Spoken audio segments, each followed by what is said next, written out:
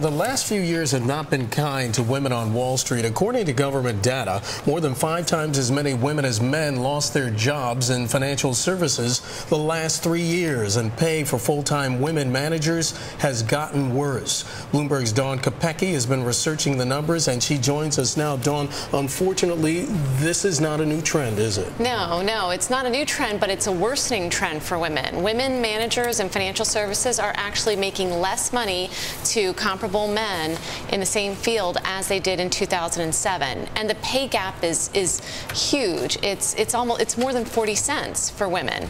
So women in finance that are managers are making a little more than half what their male colleagues are making. Could you please explain that to folks watching? Yeah. Because 40 cents doesn't sound like a large number, but it really is relative to what women earn on the dollar. Yeah. On the dollar, they're earning about 58, 59 cents. So that's a little more than half of what men are making. And for women who have kids, it's even worse.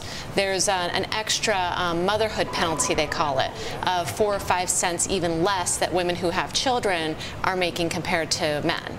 Dawn, we're going to ask you to stick around, and we're going to continue this discussion of what's going on with women in Wall Street with Joan Williams. She's a professor at the University of California's Hastings College of Law. She's also the founding director of its Center for Work-Life Law. She's joining us today from Minneapolis. Joan, thank you so much for joining us. So Dawn outlining some of the numbers for us, the pay disparity. Also, we've seen finance jobs being cut for women over the past several years at a higher rate than for men. Why is all of this happening, and still happening, I guess, is really the question?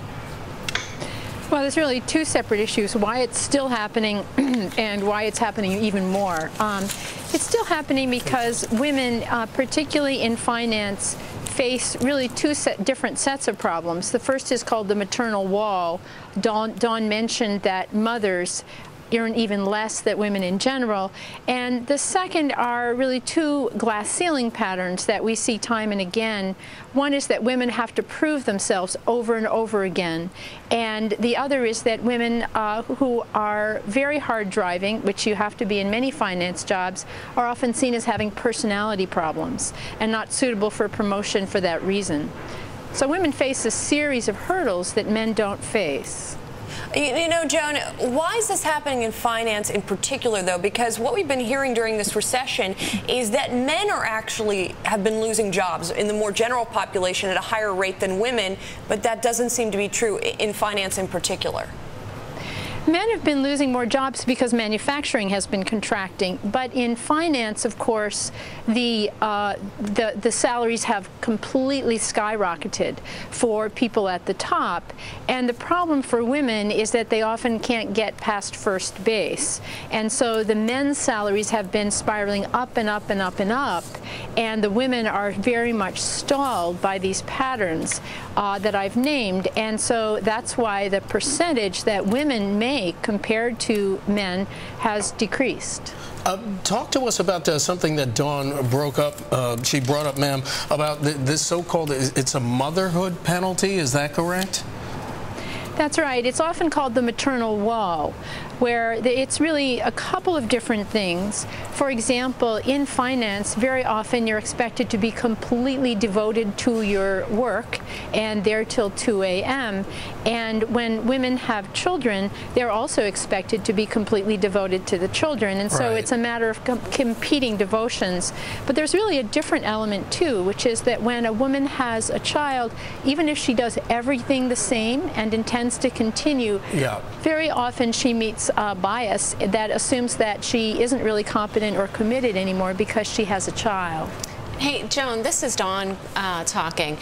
You had talked before about how traders are they have some of the most masculine pressures on them, some of the biggest gender biases in that industry. Can you talk a little bit about that, about how you see this cowboy trader mentality that you don't see in very many other white-collar professions? Yes, that's particularly true on the trading floor, but it's true in many high-level finance positions where you have a sense that we're here, we're taking risks, it takes a hard, risk-taking sort of cowboy mentality in order to be successful in this job. And that really places women in a double bind. On the one hand, they're not expected to behave like that, right. So they're assumed that they're not going to do that. Yeah. But on the other hand, if they do behave like that, then they're often seen as, you know, having a real personality problem. And so that's a situation where women find it very difficult to win. Joan Hastings, distinguished professor of law. Yeah, Joan Williams. I'm so sorry, ma'am. Distinguished professor of law, Hastings College of Law at the University of California. And our Dawn Kopecki, thanks so much. Appreciate it.